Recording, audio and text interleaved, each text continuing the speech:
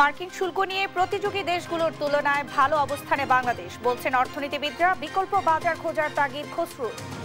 বাংলাদেশের ইতিহাসে যে বাণিজ্য আলোচনা বা দর কষাকষি হয়েছে তার মধ্যে এটি একটি বড় দৃষ্টান্ত। আমাদের নতুন নতুন বাজারে ঢুকতে হবে, নতুন নতুন পণ্যের উদ্ভাবন করতে হবে। আগামী ফেব্রুয়ারির মধ্যে জাতীয় নির্বাচন চাইলেন মির্জা ফখরুল। মার্কিন শুল্কের সন্তোষজনক সমাধান হওয়ায় সরকারকে সাধুবাদ। আর ভাইজানরা তারা আলোচনা করে এটা কমিয়ে 20% পর্যন্ত নিয়েছে। সেই জন্য আমি এই গভর্নমেন্টকে সরকারকে ধন্যবাদ জানাতে চাই। দেশে নতুন করে ষড়যন্ত্র হচ্ছে অভিযোগ জামায়াত এনসিপির। ফ্যাসিবাদের উত্থান আর কোনোভাবেই হতে দেয়া হবে না।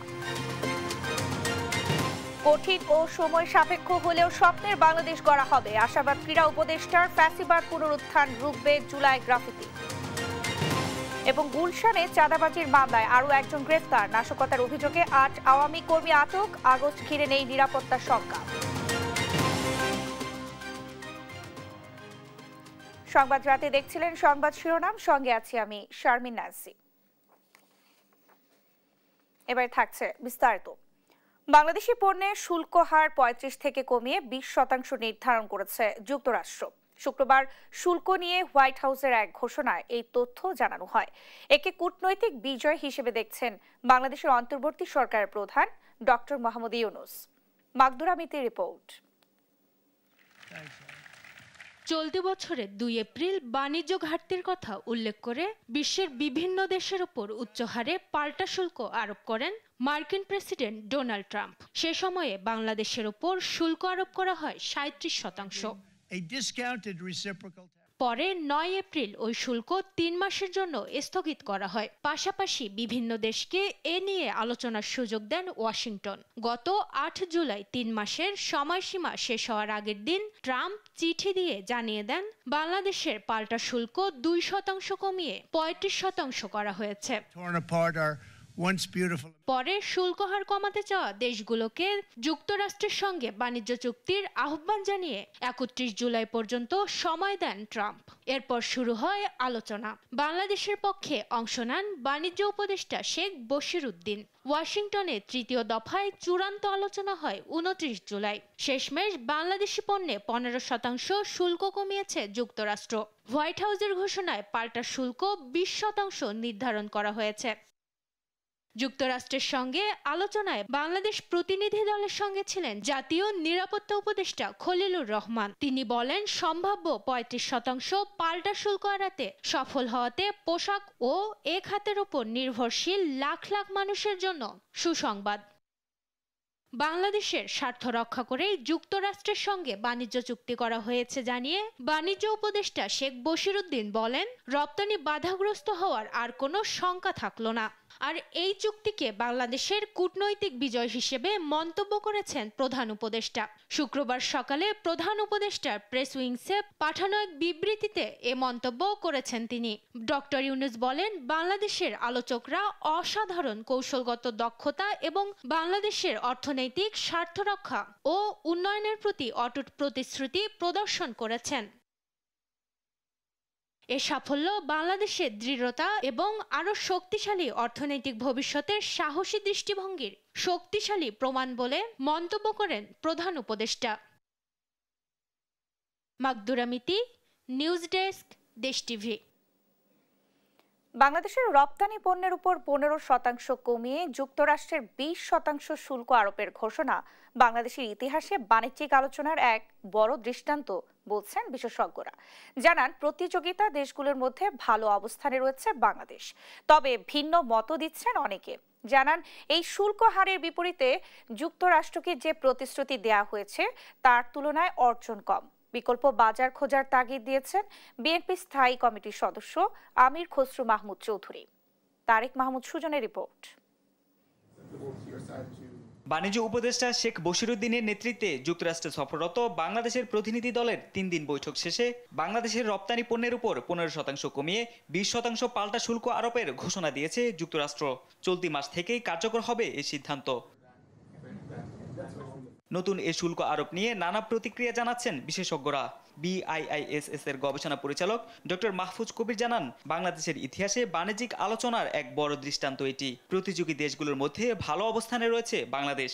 বাণিজ্যিক ঘাটতি কমলে পাল্টা শুল্ক আরও কমানোর আলোচনার সুযোগ রয়েছে বলেও জানান তিনি। বাণিজ্য ঘাটতি কমবে মার্কিন যুক্তরাষ্ট্রের সঙ্গে, তখন কিন্তু আমাদের জন্য আবার সুযোগ আসবে যে আলাপ আলোচনাটা চালিয়ে নেওয়া এবং পাল্টা শুল্ক আরো কিছুটা কমানো। বাংলাদেশের চাইতে ভারতের যে শুল্ক সেটি বেশি, তো এই কারণে দেখা যাবে কি যে বাংলাদেশ ভারতের তৈরি পোশাকের বাজারে কিছুটা হয়তো দখল করতে পারবে। তবে ভিন্ন মত দিচ্ছেন অনেকে। জানান, এই শুল্ক হারের বিপরীতে যুক্তরাষ্ট্রকে যে প্রতিশ্রুতি দেওয়া হয়েছে তার তুলনায় অর্জন কম। এটা পাওয়ার জন্য আমাদেরকে অনেকগুলো কমিটমেন্ট করতে হয়েছে। 25টি বোয়িং বিমান কিনতে হবে, আমরা তেল কিনবো, আমরা হুইট কিনবো, গ্যাস কিনবো আমেরিকার কাছ থেকে। সেগুলো সাধারণত মার্কেট প্রাইস থেকে বেশি দামে অলরেডি আমরা কমিট করেছি। আগামী 5 বছর আমরা ওদের কাছ থেকে কেনাকাটা করব। সেইখানে যে আমরা বেশি টাকা পেমেন্ট করব, সেটা যদি আপনি বিবেচনায় নেন তাহলে আমরা কিন্তু জিততে পারিনি। এদিকে যুক্তরাষ্ট্রের দেয়া 20% শুল্ক এই মুহূর্তে বাংলাদেশের অর্থনীতি বাজারে বাধাগ্রস্ত হবে না বলে অভিমত বিএনপির স্থায়ী কমিটির সদস্য আমির খসরু মাহমুদ চৌধুরীর। বলেন, শুধু যুক্তরাষ্ট্র নয়, বিশ্বের নতুন বাজারে প্রবেশ করা ও ভবিষ্যতে শুল্ক কমানোর চেষ্টা অব্যাহত রাখতে হবে। আমেরিকান মার্কেটে যারা আমাদের সাথে প্রতিযোগিতা করছে, আমাদের 20%, পাকিস্তানের 19%, ভিয়েতনাম 20%, ভারত 25%। তো সেই দিক থেকে আমার প্রতিযোগিতায় আপাতত আমাদের কোনো সমস্যা হওয়ার কথা না। যে শুল্ক নির্ধারণ করা হয়েছে সেই হিসেবে বাংলাদেশ তুলনামূলক একটি সন্তোষজনক অবস্থানে রয়েছে বলেও মনে করেন তিনি। অন্তত আমাদের রপ্তানিকারকরা বাধাগ্রস্ত হবে না। তারেক মাহমুদ সুজন, দেশ টিভি, ঢাকা। রাজনৈতিকভাবে আওয়ামী লীগকে নিষিদ্ধ করতে পারলে ফ্যাসিবাদ আর মাথাচাড়া দিয়ে উঠতে পারবে না বলে মন্তব্য করেছেন বিএনপি মহাসচিব মির্জা ফখরুল ইসলাম আলমগীর। আর অভ্যুত্থানের পরেও এখনো দেশ অস্থিরতার মধ্য দিয়ে চলছে বলে মনে করেন তিনি। নেতাকর্মীদের উদ্দেশ্যে বলেন, মানুষ এখন আর বোকা নয়, জনগণ যা চায় সেই মোতাবেক কাজ করার আহ্বান জানান বিএনপি মহাসচিব। নিয়াজ মোর্শেদের রিপোর্ট। 24-এর গণ অভ্যুত্থান নিয়ে ঢাকা মহানগর উত্তর বিএনপির এ সমাবেশ। রাজধানীর উত্তরায় আয়োজিত এই সমাবেশে দুপুর থেকেই খণ্ড খণ্ড মিছিল নিয়ে হাজির হন নেতাকর্মীরা। বক্তব্য রাখেন উত্তর বিএনপির বিভিন্ন ইউনিট ও বিএনপির কেন্দ্রীয় নেতারা। তারা শেখ হাসিনা সহ সব গণহত্যাকারীদের বিচার দাবি করেন। সেই সঙ্গে দ্রুত নির্বাচনের দাবি জানান তারা।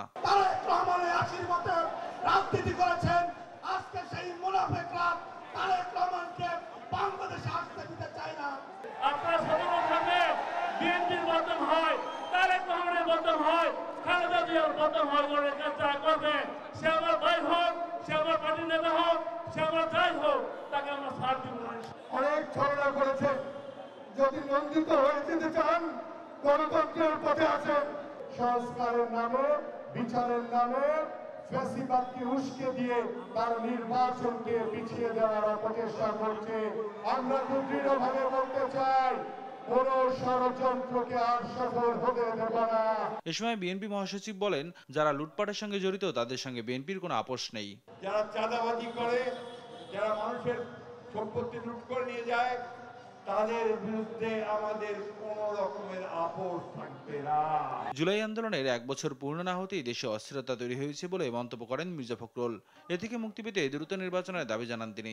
সবচেয়ে বড় ক্রাইসিস রয়েছে যে ঘোষণা আমাদের প্রধান উপদেষ্টা দিয়েছেন যে আগামী ফেব্রুয়ারি মাসে নির্বাচন হবে, তাই না? এই নির্বাচনটা আমরা চাই, দেশের মানুষ চায়।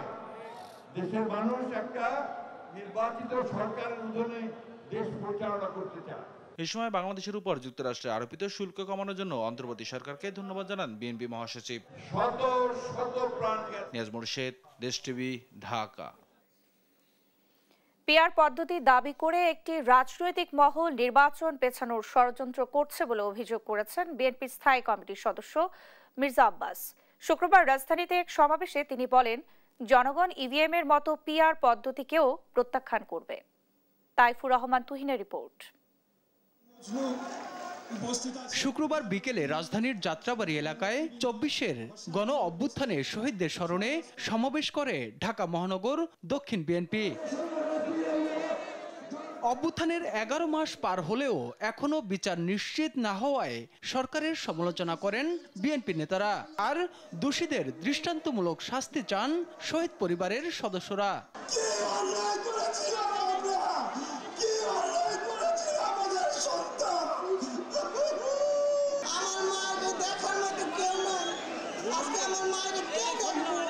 এই জুলাই আগস্ট অভ্যুত্থানে যে বাচ্চাগুলো শহীদ হলো তাদের বিচার কেন সরকার করে না? আপনারা রিকশা থেকে বিএমডব্লিউতে চললেন কিভাবে জনগণ জানতে চায়। ফ্যাসিবাদ মুক্ত বাংলাদেশ প্রতিষ্ঠা হয়েছে, কিন্তু এখন একটি গণতান্ত্রিক সুন্দর বাংলাদেশ আমরা কিন্তু প্রতিষ্ঠা করতে পারি না। এ সময় বিএনপির স্থায়ী কমিটির সদস্য মির্জা আব্বাস অভিযোগ করেন, জনগণকে বিএনপির বিরুদ্ধে ভুল বোঝানোর চেষ্টা চলছে। এই পিআর পদ্ধতির পিছনে উদ্দেশ্য আছে। উদ্দেশ্য হলো কেউ বলবে করবো, কেউ বলবে করবে না, অর্থাৎ এক পর্যায়ে বলবে এই কারণে নির্বাচন হচ্ছে না, সুতরাং আরো কিছুদিন সময় বাড়ায় দিতে হবে। ইভিএম পদ্ধতি খাওয়াতে চাইছিল হাসিনা, এই দেশের লোক গিলে নাই ইভিএম পদ্ধতি, সুতরাং আপনাদের পিআর পদ্ধতি কেউ গিলবে না। জামাতের সমালোচনা করে তিনি বলেন, দলটি বর্তমানে এনসিপির ঘাড়ে সাওয়ার হয়েছে। দলটিকে ফ্যাসিবাদের মতো আচরণ করা থেকে বিরত থাকার আহ্বান জানান মির্জা আব্বাস। এর একটা পরগাছার মতো অনেকটা, কখনো আওয়ামী লীগের ঘাড়ে পাড়া দিয়ে মন্ত্রী হন, আবার কখনো বিএনপির ঘাড়ে সোয়ার হয়ে মন্ত্রী হন, এখন সোয়ার হয়েছে এনসিপির ঘাড়ে। তাইফুর রহমান তুহিন, দেশ টিভি, ঢাকা। আগামীর বাংলাদেশকে সত্যিকারের স্বাধীন করতে হলে সংসদে কোরআনের আইন বাস্তবায়ন করতে হবে বলে জানিয়েছেন জামায়াতে ইসলামীর নায়েবে আমির অধ্যাপক মুজিবুর রহমান। শুক্রবার সকালে জাতীয় প্রেস ক্লাবে জুলাই 24-এর গণ অভ্যুত্থান, প্রত্যাশা, প্রাপ্তি ও করণীয় শীর্ষক জাতীয় সেমিনারে কথা বলেন তিনি।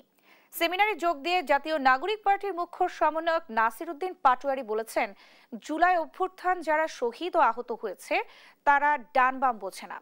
ইউসুফ ভুইয়া রিপোর্ট।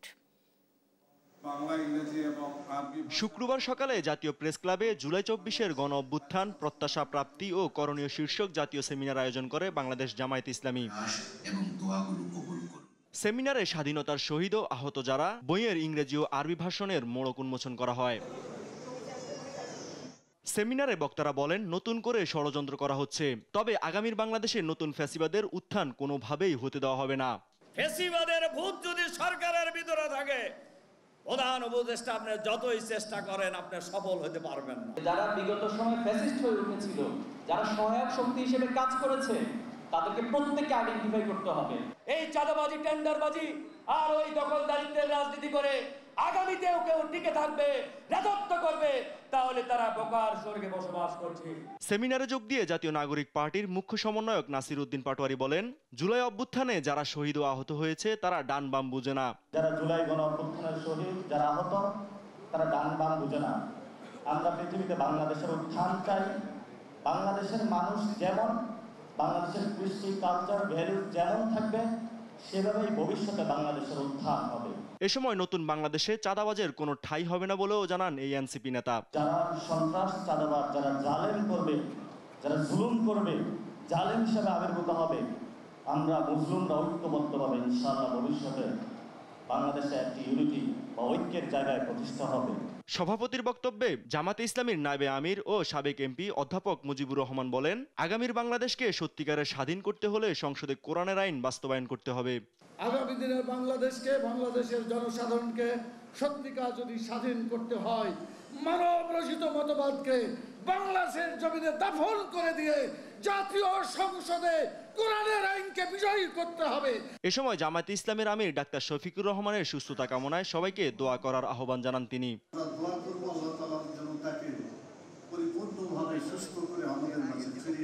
ইউসুফ ভুইয়া, দেশ টিভি, ঢাকা। গুলশানে বৈষম্য বিরোধী আন্দোলনের সমন্বয়ক পরিচয়ে চাঁদাবাজির মামলায় জানে আলম অপু নামে আরও একজনকে গ্রেফতার করেছে পুলিশ।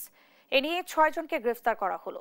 এদিকে নানা অভিযোগে 24 ঘন্টায় নিষিদ্ধ আওয়ামী লীগের 8 জন সহ 254 জনকে গ্রেফতার করা হয়েছে। আগস্ট কেন্দ্রিক কোনো ধরনের নিরাপত্তার ঝুঁকি নেই বলেও জানিয়েছে ডিএমপি। ইউসুফ ভুইয়ার আরও একটি রিপোর্ট। শুক্রবার বিকেলে গুলশানে বৈষম্য বিরোধী ছাত্র আন্দোলনের সমন্বয়ক পরিচয়ে চাঁদাবাজি মামলার অগ্রগতি ও বর্তমান আইনশৃঙ্খলা পরিস্থিতি নিয়ে ব্রিফিং করে ঢাকা মেট্রোপলিটন পুলিশ। পরবর্তীতে তারা ওখান থেকে চলে আসে। ব্রিফিংয়ে ডিএমপির উপপুলিশ কমিশনার মোহাম্মদ তালেবুর রহমান বলেন, গুলশানে বৈষম্য বিরোধী আন্দোলনের সমন্বয়ক পরিচয়ে চাঁদাবাজির মামলায় জানে আলম ওরফে অপু নামে আরও এক সমন্বয়ক পরিচয়দানকারীকে গ্রেপ্তার করা হয়েছে। এ নিয়ে 6 জনকে গ্রেপ্তার করা হলো। আজ সকালে রাজধানীর গোপীবাগ হতে জানে আলম ওরফে তপুকে গ্রেফতার করা হয়। এই নিয়ে এই মামলায় এ পর্যন্ত মোট 6 জনকে গ্রেফতার করা হলো। এদিকে 24 ঘন্টায় বিভিন্ন অভিযোগে 254 জনকে গ্রেপ্তার করা হয়েছে। তাদের মধ্যে রয়েছে নিষিদ্ধ আওয়ামী লীগের 8 নেতাকর্মী। গত 24 ঘন্টায় রাজধানীর বিভিন্ন স্থান থেকে কার্যক্রম নিষিদ্ধ আওয়ামী লীগ এবং তার অঙ্গ সংগঠনের 8 জন নেতাকর্মীকে গ্রেফতার করা হয়। গত 24 ঘন্টায় বিভিন্ন অপরাধে জড়িত থাকার অপরাধে 254 জনকে গ্রেফতার করা হয়। ডিএমপি আরো জানিয়েছে, নিষিদ্ধ আওয়ামী লীগ যাতে গোপন তৎপরতা চালাতে না পারে সেজন্য গোয়েন্দা নজরদারি বাড়ানো হয়েছে। বৈষম্য বিরোধী ইউসুফ ভুঁইয়া, দেশ টিভি, ঢাকা। দেখছেন সংবাদ রাত। গুলশানে বৈষম্য বিরোধী আন্দোলনের সমন্বয়ক পরিচয়ে চাঁদাবাজির মামলায় জানে আলম অপু নামে আরও একজনকে গ্রেফতার করেছে পুলিশ। এ নিয়ে 6 জনকে গ্রেফতার করা হলো। এদিকে নানা অভিযোগে 24 ঘন্টায় নিষিদ্ধ আওয়ামী লীগের 8 জন সহ 254 জনকে গ্রেফতার করা হয়েছে। আগস্ট কেন্দ্রিক কোনো ধরনের নিরাপত্তার ঝুঁকি নেই বলেও জানিয়েছে ডিএমপি। ইউসুফ ভুঁইয়া রিপোর্ট।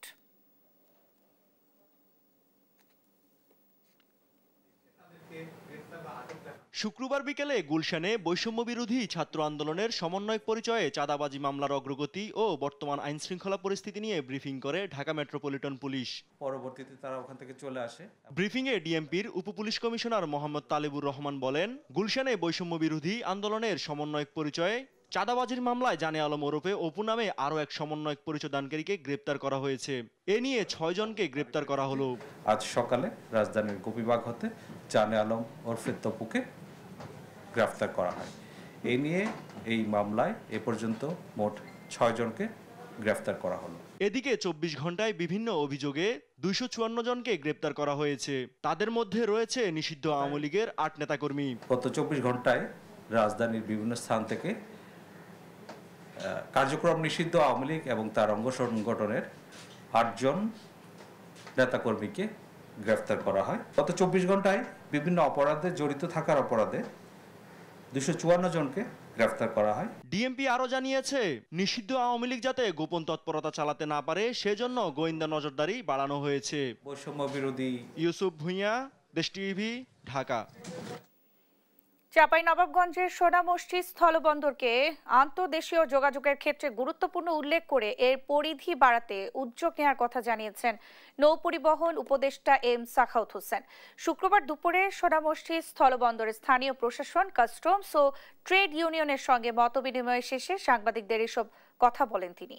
নৌপদেষ্টা বলেন, সোনামসজিদ স্থলবন্দরটি ব্যবহারকারীদের দাবির প্রেক্ষিতে স্থানীয় জেলা প্রশাসককে উন্নয়ন পরিকল্পনা প্রস্তাব পাঠানোর জন্য বলা হয়েছে। বলেন, বিশ্ব ব্যাংককে দিয়ে বেশ কয়েকটি বন্দর করা হয়েছে। পরবর্তীতে যদি বিশ্ব ব্যাংকের কোনো প্রকল্প থাকে তাহলে বন্দর সম্প্রসারণের সুবিধা হবে।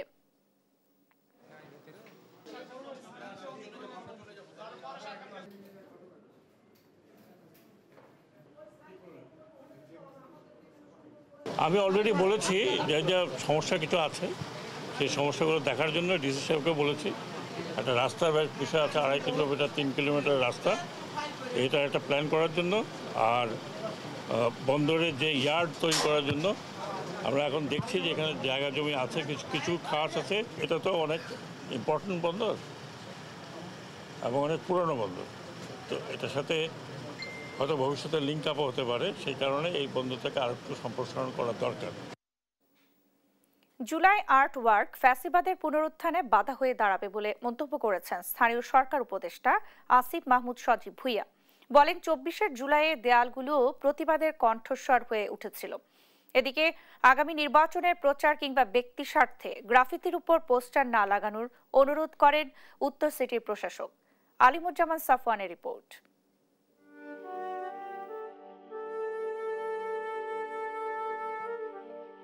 জুলাই গণঅভ্যুত্থানে স্বৈরাচার সরকার পতনের আন্দোলনে যখন উত্তাল সারা দেশ, তখন প্রতিবাদের অন্যতম ভাষা হয়ে দাঁড়িয়েছিল রাজধানীর দেয়ালগুলো। শিল্পীর রং তুলির আঁচড়ে ফুটে উঠেছিল শহীদ আবু সাঈদের বীরত্ব ও শহীদ মুগ্ধর সেই পানির বোতল। ছাত্র জনতার প্রতিটি গ্রাফিতি জানান দিচ্ছিল যে ঘনিয়ে এসেছে স্বৈরাচার সরকারের পতন।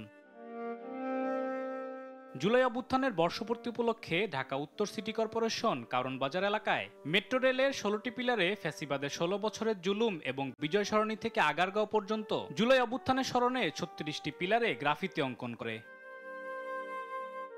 শুক্রবার বিকেলে বিজয় সরণিতে জুলাই আর্টওয়ার্কের উদ্বোধন করেন স্থানীয় সরকার উপদেষ্টা আসিফ মাহমুদ সজীব ভুইয়া। তিনি বলেন, জুলাই আর্টওয়ার্ক ফ্যাসিবাদের পুনরুত্থানে বাধা হয়ে দাঁড়াবে। এছাড়া স্বপ্নের বাংলাদেশ গড়ার লড়াইটা কঠিন এবং সময় সাপেক্ষ জানিয়ে উপদেষ্টা বলেন, সবাইকে সঙ্গে নিয়ে তা বাস্তবায়ন করা হবে। জুলাই গণঅভ্যুত্থানের সময়কার ইতিহাস এবং গত 16 বছরের ফ্যাসিবাদী শাসনামলের প্রতিটি বছরেই আপনারা জানেন নিপীড়নের এবং একই সাথে মানুষের প্রতিবাদের ইতিহাস রয়েছে। এ সময় আগামী নির্বাচনের প্রচারণা কিংবা ব্যক্তিগত স্বার্থে গ্রাফিতির উপর পোস্টার না লাগানোর অনুরোধ করেন উত্তর সিটির প্রশাসক মোহাম্মদ এজাজ। নির্বাচনী প্রচারণার জন্য অথবা কোনো কমার্শিয়াল প্রচারণার জন্য কেউ পোস্টার লাগিয়েছেন অথবা তাদের ব্যক্তিগত স্বার্থের জন্য এই সুন্দর ওয়ালগুলোর উপরে গ্রাফিতির উপরে পোস্টার লাগাচ্ছেন, তখন আমাদের সবচেয়ে বেশি কষ্ট লাগবে। সামান্য যারা নিজেদের প্রচার চান, সে নেতা হতে পারেন কিংবা ব্যবসায়ীরা হতে পারেন, তারা তাদের হীন প্রচারের জন্য এই শহরগুলোর দেয়ালগুলোতে নষ্ট করার একটি আশঙ্কা রয়েছে। কেউ নিয়ম অমান্য করে নির্দিষ্ট স্থানের বাইরে পোস্টার লাগালে তাদের নাম উত্তর সিটির ওয়েবসাইটে প্রকাশ করা হবে বলেও জানান তিনি। আলিমুজ্জামান সাফওয়ান, দেশ টিভি, ঢাকা। জুলাই সনদের দাবিতে রাজধানীর শাহবাগ মোড়ে টানা 32 ঘন্টা অবস্থানরত জুলাই যোদ্ধাদের সরিয়ে দিয়েছে পুলিশ। জুলাই যোদ্ধা সংসদ নামে একটি প্ল্যাটফর্মের উদ্যোগে বৃহস্পতিবার সকাল থেকে শাহবাগ মোড়ে অবস্থান নেন তারা। এদিকে প্রকৃত জুলাই যোদ্ধা কারা, এমন বিতর্কের সন্ধ্যায় শাহবাগে দুপক্ষের মধ্যে উত্তেজনা তৈরি হয়। সাদ আহমেদের রিপোর্ট। টানা 32 ঘন্টার নানা নাটকীয়তার পর শাহবাগ ছাড়লেন জুলাই যোদ্ধা সংসদ ব্যানারের আন্দোলনকারীরা। জুলাই সনদের দাবিতে বৃহস্পতিবার সকাল থেকে তারা অবস্থান নিয়েছিল। সর্বপ্রথম জুলাই ঘোষণা দিতে হবে এবং জুলাই ঘোষণার মধ্যে যা যা থাকা দরকার প্রত্যেকটা বিষয় প্রধান উপদেষ্টা নিজে সাংবাদিক মিডিয়ার সামনে নিজে এসে বক্তব্য পেশ করবেন। যে আমরা চাই যে জুলাই সনদ বাস্তবায়িত হোক, এই দাবিতে আজকে আমরা এখানে একত্রিত হয়েছি। শুক্রবার বিকেল 6:30টার দিকে জুলাই যোদ্ধাদের আরও একটি পক্ষ এসে অবস্থানকারীদের ছত্রভঙ্গ করে দেয়। পরে তাদের সঙ্গে যুক্ত হয় পুলিশ। নতুন পক্ষের ভাষ্যমতে অবস্থান নেওয়া পক্ষটি ভুয়া এবং তারাই প্রকৃত জুলাই যোদ্ধা। শাহবাগের মতো ব্যস্ত রাস্তা অবরোধের মাধ্যমে জনদুর্ভোগ সৃষ্টির নিন্দা জানান তারা। জনগণের দুর্ভোগ সৃষ্টি করবো না, এটা হচ্ছে আমাদের মেন নীতি। তো আমরা দেখতেছি এরা জনগণের দুর্ভোগ সৃষ্টি করতে, জনগণ আমাদের কাছে বিচার চাচ্ছে। আর পুলিশ এসে আমাদের কাছে বলতেছে আপনার 5 তারিখ সনদ দিবে, সেইতে আন্দোলনটা কেন? আমাদেরই লজ্জার ব্যাপার। এটা চ্যালেঞ্জ দিয়ে বলতে পারি, আমাদের জুলাই যোদ্ধা এখনো পর্যন্ত কারো গায়ে হাত দেয় নাই এবং এভাবে নষ্ট করে নাই। ওরা হচ্ছে ভুয়া। এখানে হয়তোবা কোনো অনুপ্রবেশকারীরা এখানে এসে একটা বিশৃঙ্খলা তৈরি করতে চেয়েছিল। সন্ধ্যার পর থেকে স্বাভাবিক রয়েছে শাহবাগ এলাকার যান চলাচল। সাদ আহমেদ, দেশ টিভি, ঢাকা। দুদকের আবেদনের প্রেক্ষিতে রাজশাহী 4 আসনের সাবেক সংসদ সদস্য এনামুল হকের 22টি স্থাবর সম্পদ ও বেশ কিছু ব্যাংক হিসাব জব্দ করেছে আদালত। দুদকের সহকারী পরিচালক মিনহাজ বিন ইসলাম এই আবেদন করেন। জব্দের নথিতে বলা হয়, সাবেক সংসদ সদস্য এনামুল হকের বিরুদ্ধে দায় করা দুদকের মামলায় সুষ্ঠু তদন্ত ও অনুসন্ধানকালে তার সম্পদ যাতে হস্তান্তর করতে না পারে তাই এই আবেদন করা হয়েছে। এর আগে চলতি বছরের এপ্রিল মাসে এনামুল হক ও তার স্ত্রী তহুরা হকের বিরুদ্ধে 26 কোটি টাকার অবৈধ সম্পদ অর্জন এবং 22 ব্যাংক হিসেবে 2242 কোটি 56 লাখ টাকার সন্দেহজনক লেনদেনের অভিযোগে আলাদা দুটি মামলা করে দুর্নীতি দমন কমিশন।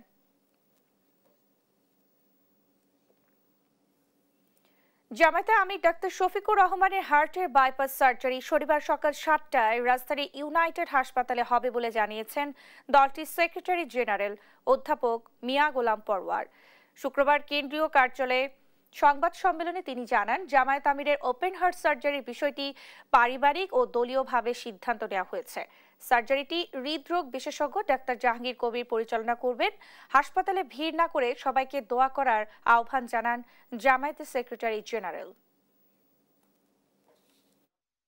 বাংলাদেশের একজন রিনাউন্ড দেশসেরা কার্ডিয়াক সার্জন ডক্টর জাহাঙ্গীর কবিরের তত্ত্বাবধানে একটা টিম ওনার এই চিকিৎসার দায়িত্ব গ্রহণ করেছেন আল্লাহ ভরসা করে। আগামীকাল সকাল 7:30টার দিকে ওনাকে ওটিতে নিয়ে যাওয়ার সিদ্ধান্ত হয়েছে। সারা দেশের আমাদের দ্বীনি ভাই বোন, সংগঠনের ভাই বোন, প্রবাসে এবং সমস্ত মানুষের কাছে আমিরে জামাতের পক্ষ থেকে আবেদন যে ওনার সুচিকিৎসার সুবিধার্থে ডাক্তারদের পরামর্শে মেহরবানি করে ওনাকে দেখার জন্য যে আবেগ, যে ভালোবাসা, যে মায়া আমাদের আছে, এটার প্রতি আমরা শ্রদ্ধা রেখে বলছি যে আপনারা বাসা বাড়িতে থেকেই আল্লাহ তাআলার কাছে ওনার সুস্বাস্থ্য এবং সুচিকিৎসার জন্য আপনারা দোয়া করবেন। দেখছেন সংবাদ রাত। এবার আন্তর্জাতিক প্রসঙ্গ।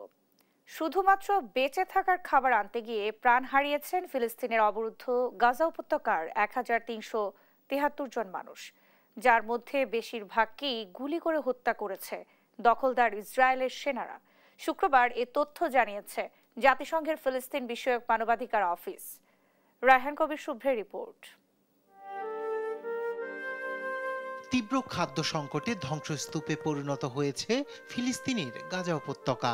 একসময় প্রাণবন্ত ঘরবাড়ি, ব্যস্ত বাজার, শিশুদের কলতানি মুখরিত গলিপথ সবকিছুই এখন নিস্তব্ধ। যুদ্ধ ও অবরোধের কারণে গাজা আজ এক মৃত্যুকূপ, যেখানে প্রতিটি ঘরে ক্ষুধা আর কান্না। খাবারের জন্য হাহাকার এখানকার জীবনের একমাত্র বাস্তবতা। গাজার আকাশ জুড়ে শুধু ধোঁয়া নয়, ছড়িয়ে পড়েছে অনাহারের দীর্ঘশ্বাস। আমার 3 সন্তান, গত 2 দিন ধরে তাদের জন্য কিছুই জোগাড় করতে পারিনি। বাধ্য হয়ে ত্রাণ শিবিরে যাই, কোনোদিন কিছু পাই, কোনোদিন কিছুই না। তবে এখন প্রাণ নিয়ে বেঁচে ফেরাই দুষ্কর হয়েছে। এদিকে জাতিসংঘের ফিলিস্তিন বিষয়ক মানবাধিকার অফিস জানিয়েছে, শুধুমাত্র বেঁচে থাকার খাবার আনতে গিয়ে প্রাণ হারিয়েছেন 1373 ফিলিস্তিনি। বিতর্কিত গাজা মানবিক ফাউন্ডেশনের ত্রাণ কেন্দ্রগুলোতে খাবারের আশায় গিয়ে প্রাণ হারিয়েছেন তারা, যার মধ্যে বেশিরভাগকেই গুলি করে হত্যা করেছে দখলদার ইসরায়েলি সেনারা। এই দৃশ্যগুলোকে গোটা এক জাতির বিরুদ্ধে পরিচালিত অব্যাহত অবরোধ ও সামরিক আগ্রাসনের প্রতিচ্ছবি বলে মনে করছেন বিশ্লেষকরা। আর একে মনুষ্যশ্রেষ্ঠ দুর্ভিক্ষ বলে আখ্যা দিয়েছে জাতিসংঘ ও বিভিন্ন আন্তর্জাতিক মানবাধিকার সংস্থা। বিশ্ব যখন উন্নয়নের নানা গালগপ্পে মত্ত, তখন ক্ষুধার যন্ত্রণায় মাটিতে লুটিয়ে পড়ছে গাজার শিশুরা। এই অবস্থা চলতে থাকলে এভাবেই অকালে ঝরে যাবে বহু প্রাণ, যা মানবতার বিরুদ্ধে এক নিঃশব্দ গণহত্যার নামান্তর। রায়হান কবির শুভ্র, নিউজ ডেস্ক, দেশ টিভি। ভারত থেকে আমদানি করা পণ্যের উপর 25% শুল্ক আরোপের সিদ্ধান্ত নিয়েছেন মার্কিন প্রেসিডেন্ট ডোনাল্ড ট্রাম্প। এই সিদ্ধান্ত ভারতের প্রবৃদ্ধির সম্ভাবনাকে আঘাত করতে পারে বলে মনে করেন বিশ্লেষকরা। তারা বলছেন, ঠিক কতটা ক্ষতি হবে তা স্পষ্ট নয়। তবে ট্রাম্পের শুল্কারোপের সিদ্ধান্তকে দুর্ভাগ্যজনক বর্ণনা করে বড় ক্ষতির আশঙ্কা করছেন তারা। বৃহস্পতিবার বিবিসির প্রতিবেদনে উঠে আসে এইসব তথ্য। রায়হান কবির শুভ্রের আরও একটি রিপোর্ট। মার্কিন প্রেসিডেন্ট ডোনাল্ড ট্রাম্পের নতুন শুল্ক আরোপের ঘোষণা নিয়ে টালমাটাল বিশ্ব। এর আঁচ লেগেছে প্রতিবেশী ভারতেও। দেশটি থেকে আমদানি করা পণ্যের ওপর 25% শুল্ক আরোপের সিদ্ধান্ত নিয়েছেন ডোনাল্ড ট্রাম্প। Over 200%. হঠাৎ এই ঘোষণায় ভারতের অর্থনীতি ও শিল্প খাতে বড় ধাক্কার আশঙ্কা করছেন বিশ্লেষকরা। বৃহস্পতিবার বিবিসির প্রতিবেদনে বলা হয়, ক্ষতির মাত্রা এখনো পুরোপুরি নিরূপণ করা না গেলেও ভারতের প্রবৃদ্ধিকে মারাত্মকভাবে ক্ষতিগ্রস্ত করতে পারে ট্রাম্পের এ পদক্ষেপ। এদিকে ট্রাম্পের ঘোষণার পরপরই ভারতের শেয়ার বাজারে দেখা দেয় নেতিবাচক প্রতিক্রিয়া। বৃহস্পতিবার লেনদেন শুরুর পরপরই ব্যাপক দরপতন হয় বাজারে। এছাড়াও জিডিপি কমারও আশঙ্কা করছেন দেশটির অর্থনীতিবিদরা। যুক্তরাষ্ট্রের প্রস্তাবিত শুল্ক ও জরিমানার হার আমাদের প্রত্যাশার চেয়ে অনেক বেশি। এটি ভারতের মোট দেশজ উৎপাদন জিডিপি প্রবৃদ্ধিতে বাধা সৃষ্টি করতে পারে। ক্ষতির পরিমাণ নির্ভর করবে এই শুল্ক কার্যকরের মাত্রার উপর। গেল কয়েক মাসে যুক্তরাষ্ট্র ও ভারতের মধ্যে বাণিজ্য চুক্তি নিয়ে কয়েক দফা আলোচনা হয়। ভারত যুক্তরাষ্ট্রকে সন্তুষ্ট করতে বোরবন হুইস্কি ও মোটরসাইকেলের মতো কিছু পণ্যে শুল্ক কমিয়েছিল। তবে $4,500 কোটি বাণিজ্য ঘাটতি ট্রাম্প প্রশাসনের নজরে পড়ে। ট্রাম্পের মূল লক্ষ্যই এই ঘাটতি কমানো। যুক্তরাষ্ট্রের 25% শুল্ক ও জরিমানা ভারতের বিনিয়োগ ও শিল্পায়নকে প্রতিদ্বন্দ্বী দেশগুলোর তুলনায় পিছিয়ে দেবে।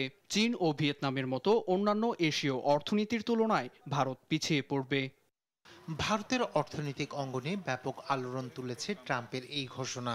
শিল্প খাত সংশ্লিষ্ট সংগঠন FICCI এর সভাপতি হর্ষবর্ধন আগারওয়াল একে দুর্ভাগ্যজনক বলে অভিহিত করে বলেন, ভারতের রপ্তানিতে স্পষ্টভাবে নেতিবাচক প্রভাব ফেলবে এই শুল্ক। রায়হান কবির শুভ্র, নিউজ ডেস্ক, দেশ টিভি।